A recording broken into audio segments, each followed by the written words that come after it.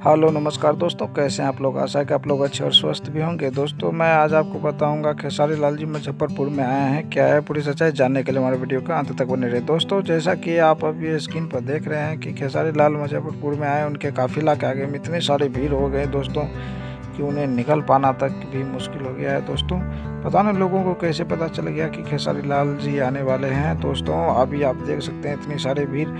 और दोस्तों आज उनको मुजफ्फरपुर में motor cars, Tata motor cars का उद्घाटन के लिए आना था, इसीलिए वो आए हैं। और बगल में ही उनके संघर्ष 2 मूवी सिनेमा हॉल में लगे हुए थे, इसके वजह से भी ज़्यादा लोग की भीड़ हो गई और बहुत सारे संख्या में लोग आए हैं दोस्तों।